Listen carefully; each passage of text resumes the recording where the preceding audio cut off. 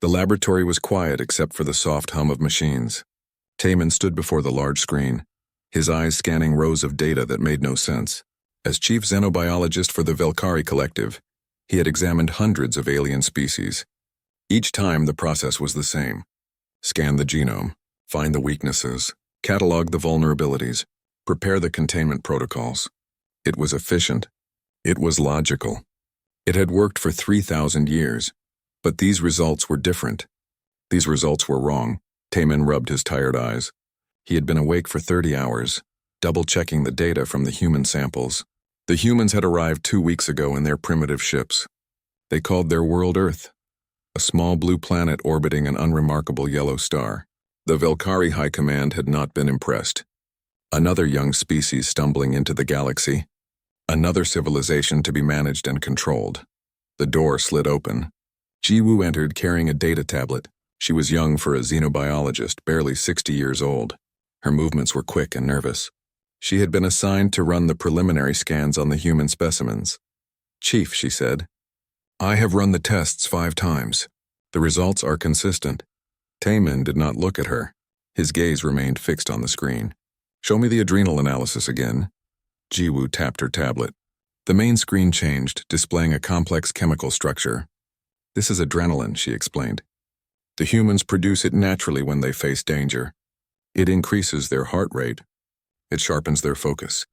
It makes them stronger and faster. Temporarily, they can ignore pain. Serious pain. They can perform physical feats that should be impossible for their body structure." Taman finally turned to face her. "This makes no biological sense. Such a system would burn through energy reserves. It would damage their organs. It would kill them." Jiwoo nodded. "It should.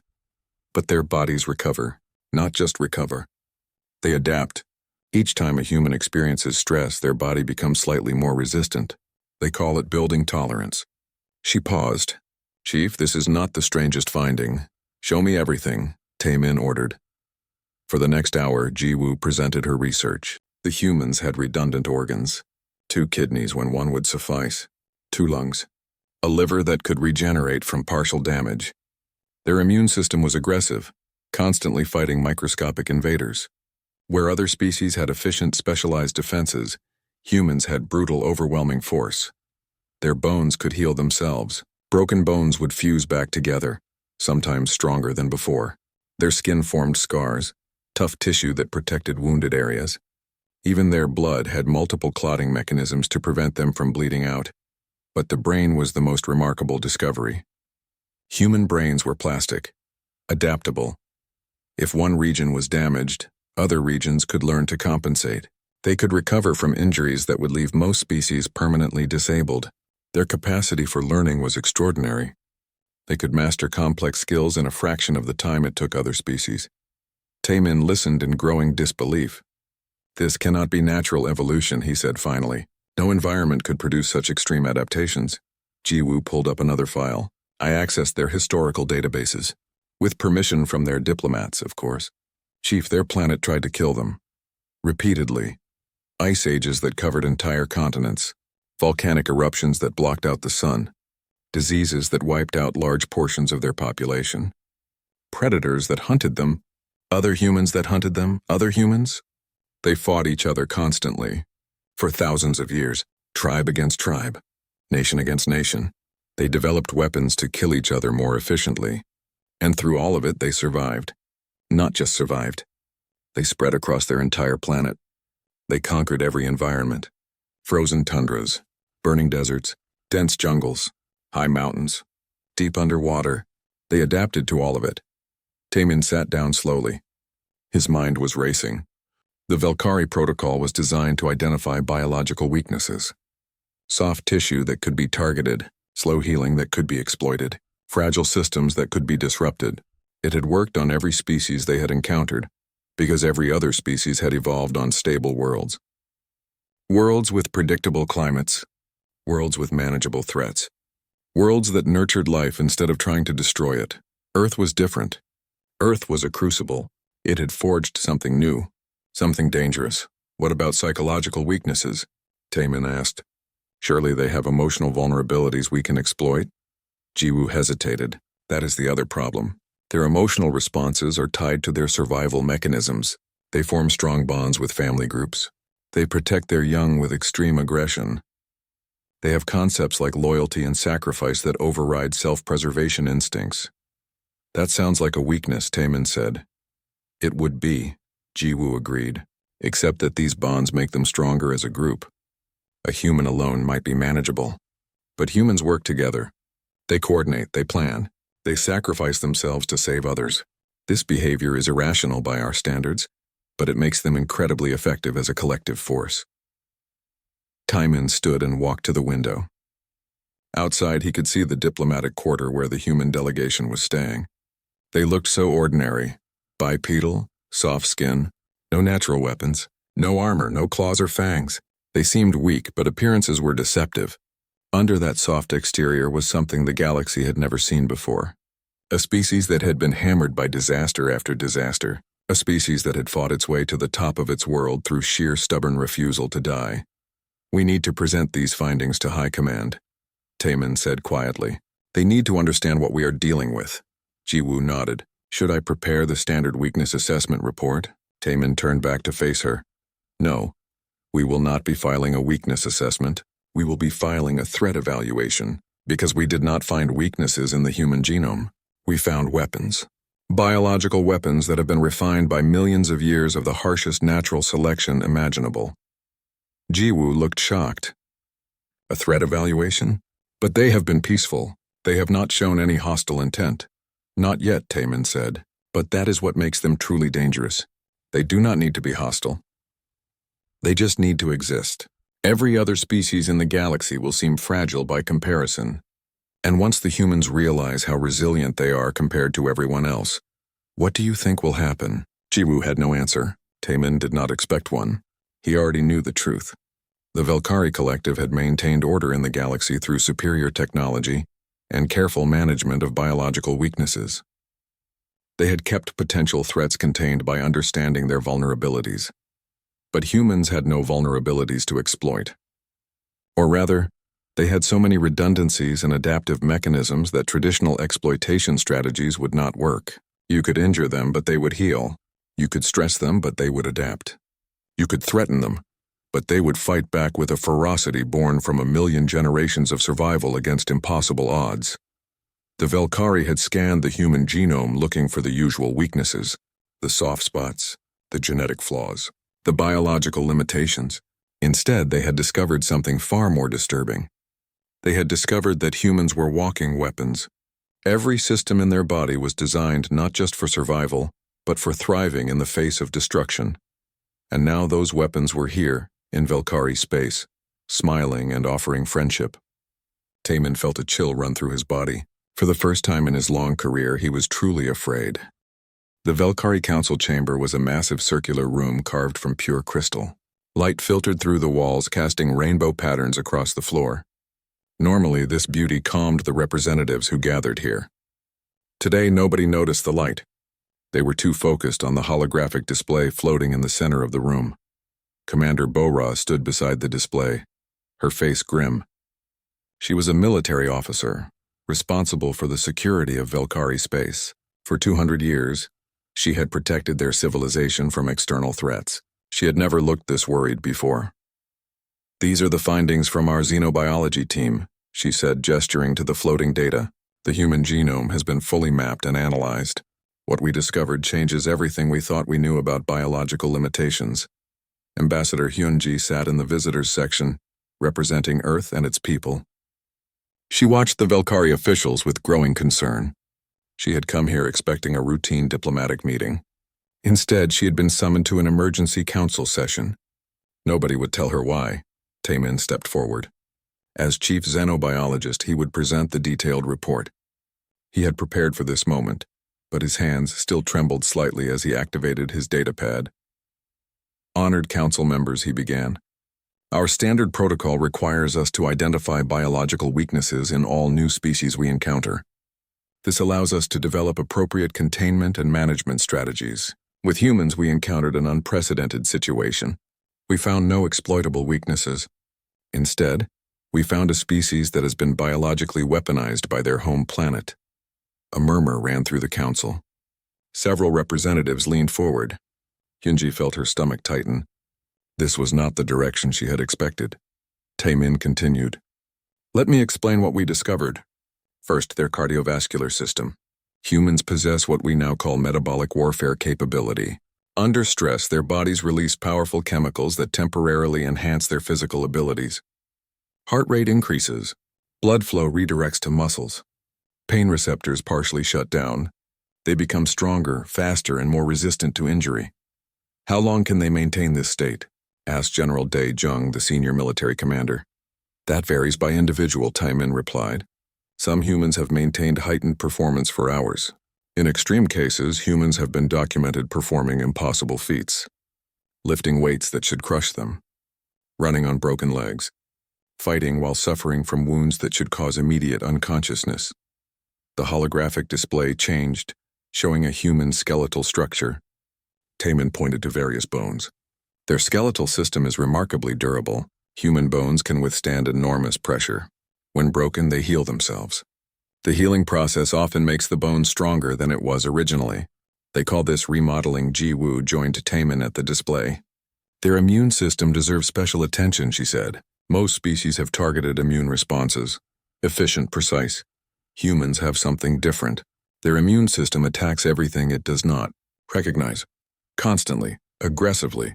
This makes them highly resistant to diseases that would devastate other species. But surely this aggressive system damages their own bodies? Questioned Counselor Minseo. Sometimes it does, Ji-woo admitted, but they have redundant organ systems.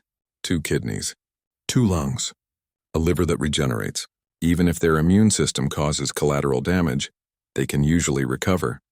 And each time they are exposed to a threat and survive, their immune system remembers. They become more resistant. The display shifted again, showing a human brain. This is perhaps the most concerning discovery, Taemin said. Human brains are extraordinarily adaptable. They call it neuroplasticity. If one region of the brain is damaged, other regions can learn to compensate. They can recover function that should be permanently lost. They can learn new skills throughout their entire lifespan. They can adapt to almost any situation. Commander Bora stepped forward again. We must also discuss their psychological profile. Our analysis reveals something we have never encountered before. Humans possess extreme stress tolerance. Where other species might freeze or flee when facing danger, humans often attack. They have powerful protective instincts tied to family and social groups. They will sacrifice their own lives to protect others. That sounds like a vulnerability, said General Dae Jung. We could threaten their families to control them. No, Bora said sharply. That would be the worst possible strategy. Threatening their families does not make humans submissive. It makes them dangerous. We studied their history extensively. Every time a human population was threatened with extinction, they fought back with incredible ferocity. Groups that tried to eliminate them were often destroyed in return. Hyunji could no longer stay silent. She stood up. Excuse me, but I am confused. You make my people sound like monsters. We came here in peace. We have shown no aggression. Why are you discussing us as if we are a military threat? The council chamber fell silent. Finally, Taemin spoke. Ambassador Hyunji, please understand. We are not questioning your peaceful intentions. We are analyzing your capabilities. And your capabilities are unlike anything we have encountered. Your species has biological advantages that make you extremely difficult to control or contain. Why would you want to control us? Hyunji demanded. We have done nothing wrong. Commander Bora sighed. It is our protocol. When we encounter a new species, we assess their potential as a threat. We determine how to manage them if they become hostile. With every other species, this was straightforward. We identified their biological weaknesses. We developed contingency plans. But with humans, we cannot find weaknesses to exploit. Ji-woo pulled up more data. Let me show you what concerns us most. This is a comparison of recovery times from injury. The display showed graphs comparing different species. For a broken bone, most species require complete rest for extended periods. Humans can often continue limited activity almost immediately. For severe lacerations, most species need medical intervention to prevent death. Humans have multiple blood clotting mechanisms that activate automatically. The graphs continued. Humans could function in oxygen-poor environments far longer than other species. They could survive temperature extremes that would kill most aliens. They could digest a wider range of organic matter. They could adapt to different gravity levels more quickly. But the most troubling data was psychological. Human cultures celebrated warriors and heroes. Their entertainment featured stories of individuals overcoming impossible odds. Their history was filled with examples of small groups defeating much larger forces through determination and clever tactics. Hyunji watched the data scroll past. She saw her own species through alien eyes for the first time. Yes, humans were resilient. Yes, they had survived many catastrophes. But that was just natural evolution, wasn't it? General Daejung spoke. Ambassador Hyunji, please understand our position. The Velkari Collective has maintained peace in this region of space for thousands of years. We have done this through careful management. We know the capabilities and limitations of every species under our protection. But you humans do not fit our models. You are biologically equipped for survival in ways we cannot match. This makes us uncertain, and uncertainty makes us cautious. So what happens now? Hyunji asked. Do you try to eliminate us? Contain us? What? That is what this council must decide, Commander Bora said. We have 3 options. None of them are simple. None of them are without risk. And the decision we make today will affect the future of both our species for generations to come. The council chamber buzzed with conversation. Representatives argued among themselves. Some advocated for immediate action. Others counseled patience. A few suggested cooperation. But everyone understood the fundamental problem. The Velkari had built their power on understanding biological vulnerabilities. Humans had none they could exploit. This changed the entire balance of power in the galaxy, and change, especially sudden change, was dangerous. The emergency council session continued late into the night. Diplomatic envoy Seung Ho was the first to propose a concrete solution. He was young for a council member, known for his progressive views on interspecies relations. I believe we are approaching this problem incorrectly, he said, standing to address the assembly. We keep discussing humans as a threat to be managed. But what if we consider them as an opportunity? Their biological capabilities could benefit the entire collective. Their resilience, their adaptability. These traits could be assets rather than dangers. Intelligence Officer Yuna immediately objected. She was older, more experienced, and deeply skeptical of human intentions. She had spent the past week reviewing Earth's history, and what she had found disturbed her greatly. With respect, Envoy Seung Ho, you are being naive, she said coldly. I have studied their civilization extensively. Humans have been at war with each other for their entire recorded history. War over territory, war over resources, war over beliefs, war over insults. They have killed billions of their own kind. She paused for effect. And you want to invite them deeper into our space?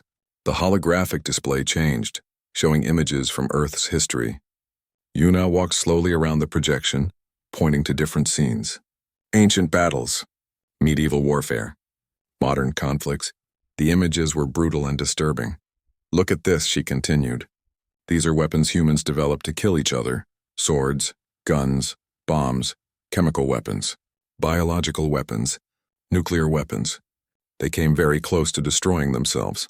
Multiple times. Only luck and the intervention of rational individuals prevented total annihilation. Ambassador Hyunji watched the display with a heavy heart. She could not deny the truth. Human history was violent, terribly violent, but it was not the whole story. Those images are from our past, she said quietly. We have learned from our mistakes. We have grown. We have changed. For 3 generations now, Earth has been united. We have had peace. We have focused on exploration and science instead of war. Yuna turned to face her. 3 generations? That is nothing. Your peace is barely a century old. Our civilization has maintained peace for thousands of years. You expect us to trust that your violent nature has somehow been cured in such a short time? Commander Bora held up her hand, calling for calm. Both perspectives have merit. We must consider all options. She looked at Taemin. Chief xenobiologist, you have studied their biology more than anyone. In your professional opinion, can humans be trusted? Taemin considered the question carefully. Trust is not a biological concept, he said finally. I can tell you about their capabilities. I can tell you about their instincts. But whether they will use those capabilities peacefully or aggressively depends on factors beyond genetics. Culture, education, leadership, circumstances. That is not helpful, snapped General Daejung. We need concrete answers. Can they be contained militarily if necessary? Taemin shook his head slowly. No, I do not believe so. Let me explain why. He pulled up a new set of data. This is an analysis of human innovation and problem-solving capabilities. When humans face restrictions, they find ways around them. When they encounter obstacles, they develop solutions. Their history shows this pattern repeatedly. Every attempt to suppress a human population has eventually failed.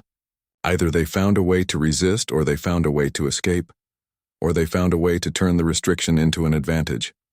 So containment is not viable, Commander Bo-Ra summarized. What about monitoring? We could allow humans to expand, but keep close surveillance on their activities. Junior analyst Minseo, who had been quiet until now, raised her hand timidly. May I speak? Go ahead, Bo-Ra said. Minseo stood, clutching her datapad nervously. I have been studying human cultural patterns, specifically their stories and entertainment. I think I found something important.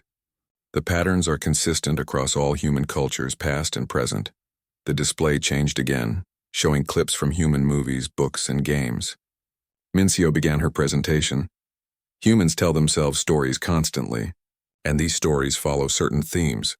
The underdog who defeats a superior opponent, the small group that stands against overwhelming odds, the individual who refuses to surrender even when defeat seems certain. These are not occasional themes. They are fundamental to human culture. She showed more examples. Ancient myths of heroes battling gods, modern films of rebels fighting empires, stories of prisoners escaping impossible prisons, tales of survivors outlasting terrible disasters. What does this tell us? Minseo asked. It tells us that humans are culturally programmed to resist. They admire resistance. They celebrate it. They teach it to their children. If we try to restrict them or control them, we will not be dealing with a species that accepts its place. We will be dealing with a species whose entire cultural identity is built around refusing to accept limitations. The council chamber fell silent. Minseo's analysis had struck a nerve. Everyone suddenly understood the magnitude of the problem. Yuna spoke again, her voice heavy. Then we have only one option. We must eliminate them now while they are still weak, before they spread further into the galaxy, before they become too numerous to stop. Several council members gasped. Even suggesting genocide was extreme. But Yuna continued, I know how this sounds, but consider the alternative. If we allow humans to expand, what happens? They will colonize planets faster than we can. They can survive in environments we find uninhabitable. Their technology will advance rapidly because of their innovative thinking.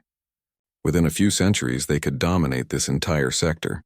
And if their violent tendencies resurface, we would face an enemy we cannot defeat. Ambassador Hyun-ji stood abruptly.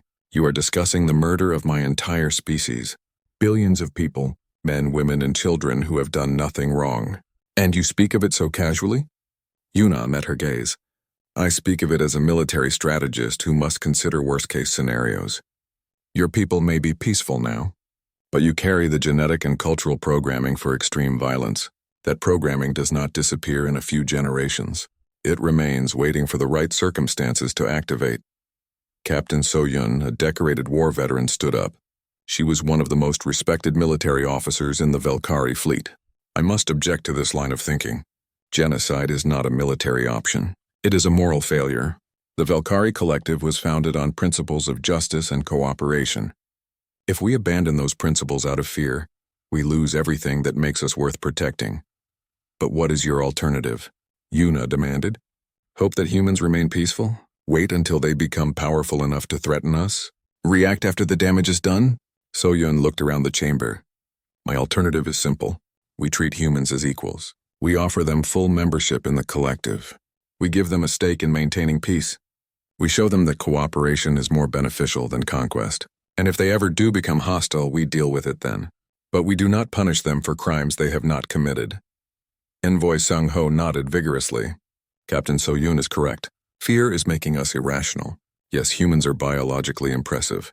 Yes, their history includes violence, but they are also capable of great compassion, great creativity, great cooperation. We should focus on nurturing those positive traits, not assuming the worst. General Daejung stood. The debate was becoming heated, and someone needed to restore order. We have heard several perspectives. Elimination, containment, integration. Each has risks and benefits. I propose we bring this to a formal vote. But first, let us hear from Ambassador Hyunji. She has listened to us analyze her species for hours. She deserves a chance to speak in their defense. All eyes turned to Hyunji. She took a deep breath, organizing her thoughts. The next few minutes could determine the fate of humanity. Ambassador Hyunji stood at the center of the Velkari Council chamber. She could feel hundreds of eyes watching her. Some curious, some fearful, some openly hostile. She had never felt so alone. But she had to speak. She had to make them understand that humans were not the monsters they feared.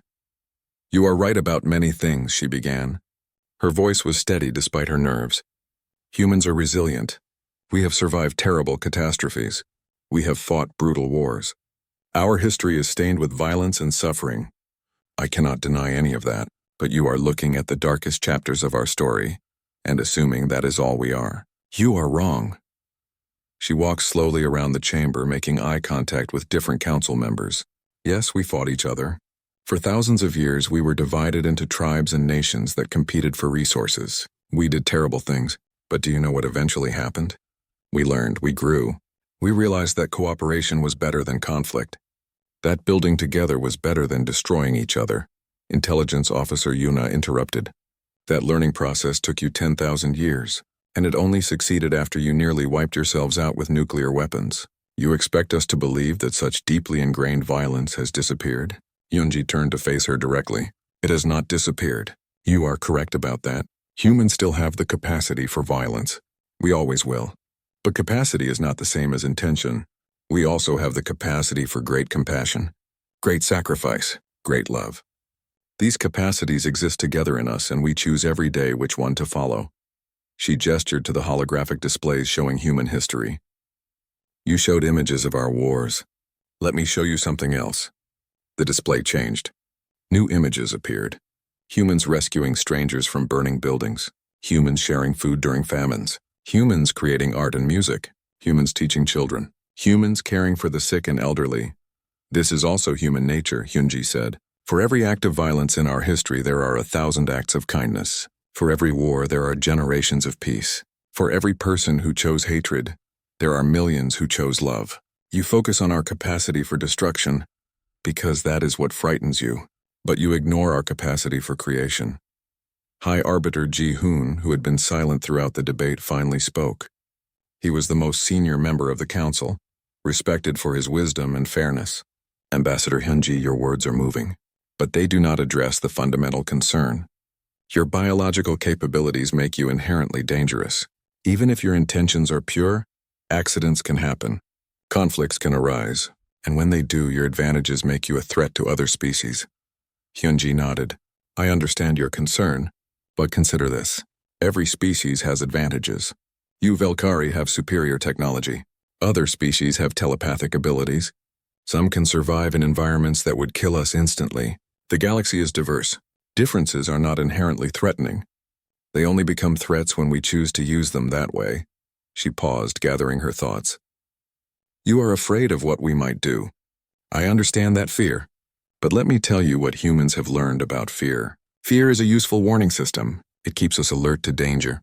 But when fear controls our decisions, we make terrible mistakes. We hurt innocent people. We destroy potential friendships. We create the very enemies we feared." General Daejung leaned forward.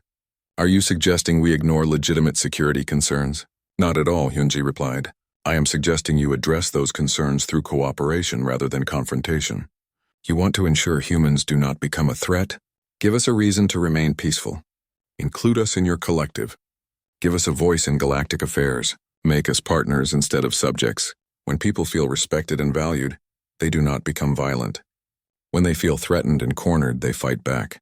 Captain So-yun spoke up. "The ambassador makes a valid point. Our own history shows this.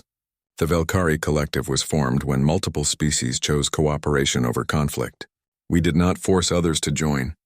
We invited them. We offered mutual benefit. This approach has maintained peace for millennia. Why should humans be treated differently? Because humans are different, Yuna insisted. They are more dangerous, more unpredictable, more capable of causing harm. Hyunji turned back to Yuna. You keep saying we are dangerous, but we are sitting here talking. We came to you peacefully. We shared our technology openly. We answered your questions honestly. We allowed you to scan our genetics without protest. What part of our behavior has been threatening? Yuna had no immediate answer. Hyunji pressed her advantage. You are afraid of what we might do in the future, but you cannot judge us for crimes we have not committed. That is not justice. That is paranoia. Envoy Sung-ho stood. I move that we vote on 3 proposals.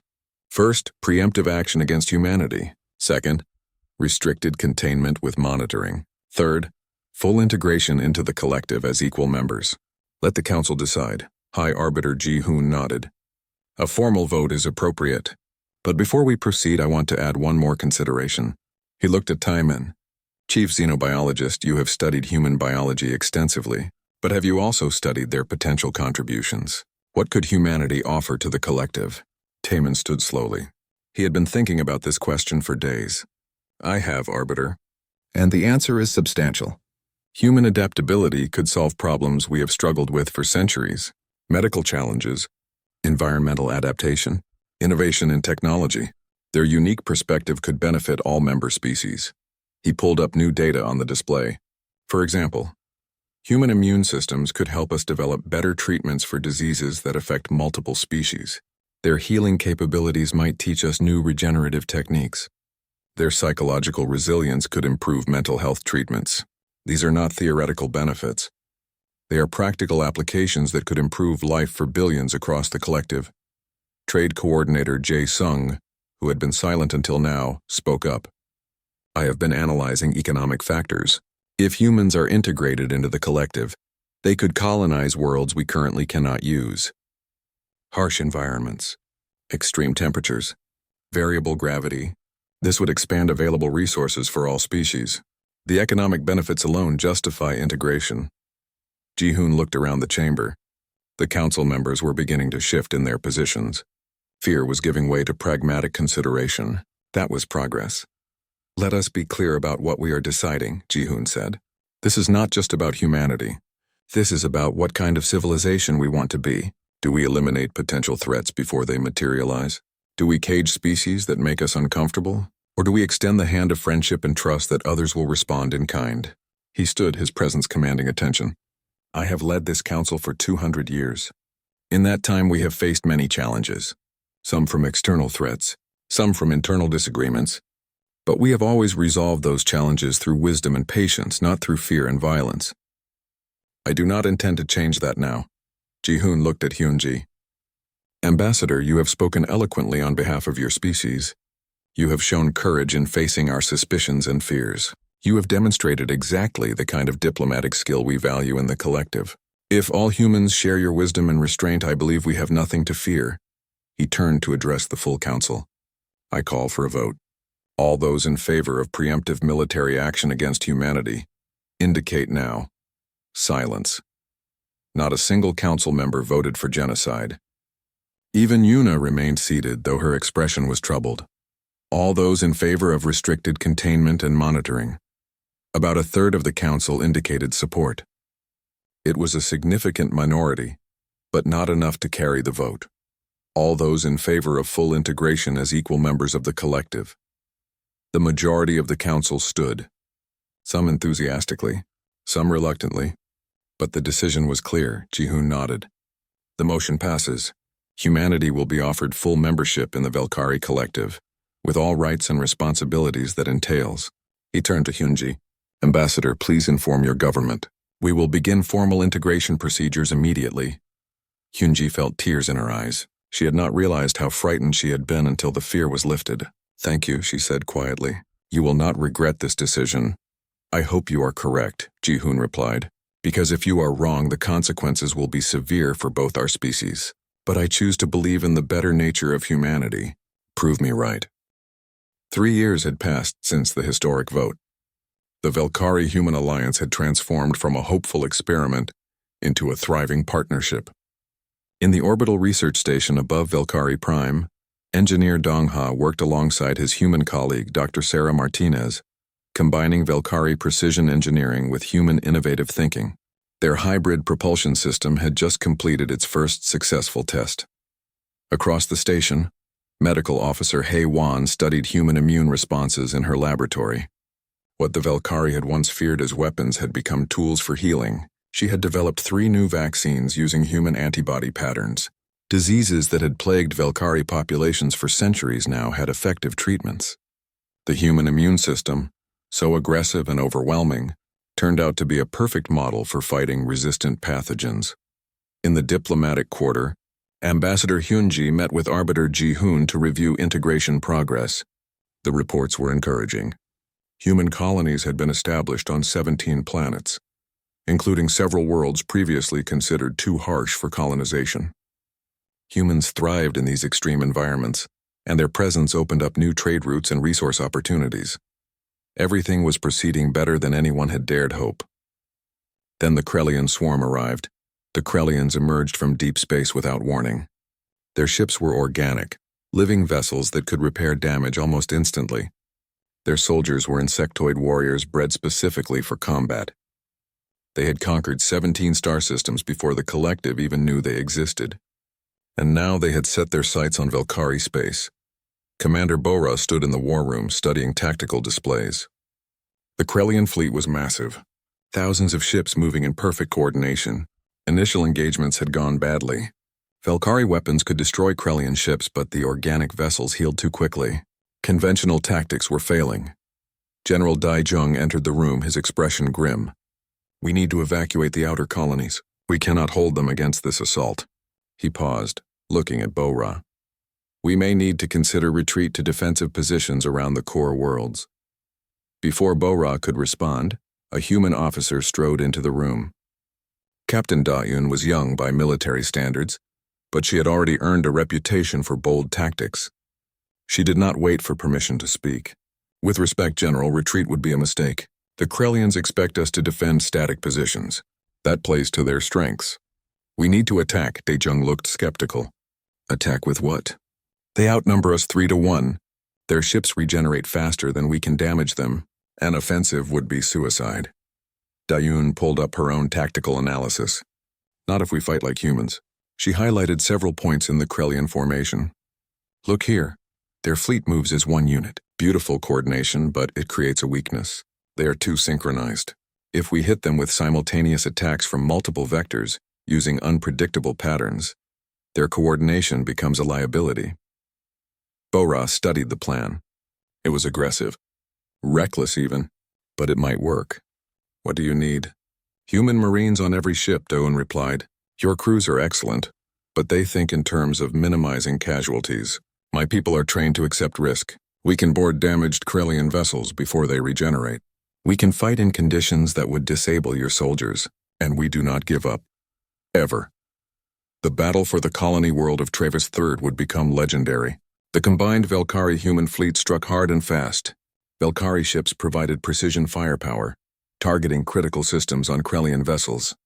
Human boarding parties followed immediately, fighting through torn hulls and collapsing corridors to sabotage regeneration nodes.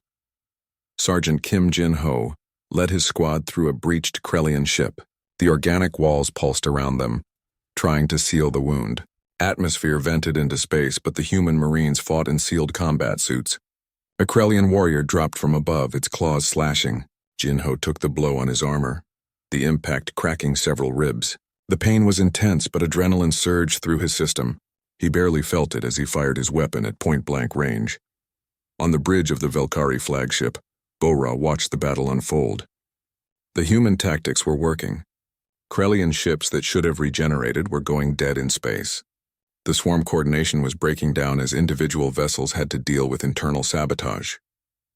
But the cost was terrible. Human casualties were mounting. Soldiers fought on with injuries that should have incapacitated them. Captain Da-Yun piloted her fighter through a storm of weapons fire. Her ship had taken multiple hits. The left wing was gone. Life support was failing. Any sane pilot would have ejected. Instead, Da-Yun aimed her crippled vessel at a Krellian command ship and fired her remaining missiles. The explosion tore through the enemy vessel. Da-Yun ejected at the last possible second, her escape pod tumbling through the debris. The battle lasted 14 hours. When it finally ended, the Krellian fleet was in retreat. They had never encountered an enemy like this. The Velkari had provided strategic brilliance and superior technology. But it was human determination that had turned the tide. Soldiers who continued fighting with broken bones. Pilots who flew damaged ships through impossible maneuvers. Marines who boarded enemy vessels knowing they might not return. In the aftermath, Taemin walked through the medical bay. Rows of beds held wounded soldiers, human and Velkari side by side. He stopped at one bed where Jinho lay, his torso wrapped in bandages. The Marine had suffered 4 broken ribs, a punctured lung, and severe lacerations. He would recover completely in a few weeks. A Velkari with similar injuries would take months to heal, if they survived at all.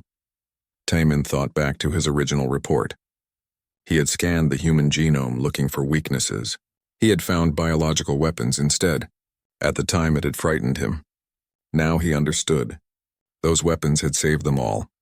In his laboratory later, Taemin opened an old file, his first analysis of human biology. He read his own words from 3 years ago. Humans possess no exploitable weaknesses. Their genome is a collection of survival mechanisms refined by millions of years of natural selection. Recommendation, threat evaluation required. He added a new note to the file. Update. Threat evaluation no longer applicable. Humans have proven to be invaluable allies. Their biological advantages, combined with Velkari strategic thinking, create a partnership stronger than either species alone. What we feared as weapons have become shields protecting us all. Ambassador Hyunji and Arbiter Ji-hoon met in the council chamber one final time to formalize the partnership. The Perpetual Alliance Treaty lay before them, ready for signatures. It declared that Velkari and humans would stand together against any threat. Their species would share technology, resources, and knowledge freely. They would defend each other as they would defend themselves. Ji-hoon picked up the signing instrument. 3 years ago, I cast the deciding vote to accept humanity into our collective. I did so with hope, but also with fear. Today I sign this treaty with certainty. You have proven yourselves to be everything you promised. Fierce allies, loyal friends, innovative partners. Hyunji smiled. We learned something important from you as well. Humans are strong individually, but we are stronger together. We survived on Earth by adapting and fighting, but true strength comes from cooperation, from building bridges instead of walls, from turning potential enemies into trusted friends. They both signed the treaty. The document was simple, but its meaning was profound. 2 species that had been strangers, then suspicious allies, now stood as true partners. On Earth, the news spread quickly. Humanity had found its place among the stars, not as conquerors, not as servants, but as equals. The genetic traits that had helped humans survive the brutal challenges of their home world now helped protect their new friends across the galaxy.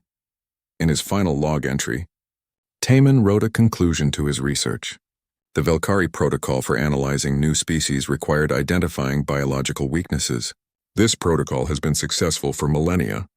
However, the encounter with humanity requires a fundamental revision of our approach. Some species do not have exploitable weaknesses. Some species have strengths so profound that the only logical response is partnership. Humans are such a species. What we initially feared, we now celebrate. The galaxy is safer, richer, and more innovative because humans are part of it. Across Velkari space, humans and their allies worked together to rebuild after the war. New colonies were founded. New technologies were developed. New friendships were formed. The Krellian threat had been turned back, but both species knew other challenges would come. They would face those challenges together. The Velkari would provide wisdom and strategic thinking. Humans would provide determination and adaptability. Together they were formidable. Young Minseo, the analyst who had first identified human cultural resistance patterns, published a new study. She examined how human and Velkari cultures were beginning to merge and influence each other. Humans were learning Velkari patience and long-term planning. Velkari were learning human improvisation and risk-taking. The partnership was changing both species for the better. Late at night, in the quiet hours between shifts, Captain Dayun and Commander Bora shared a drink in the officers' lounge. They had become close friends during the war.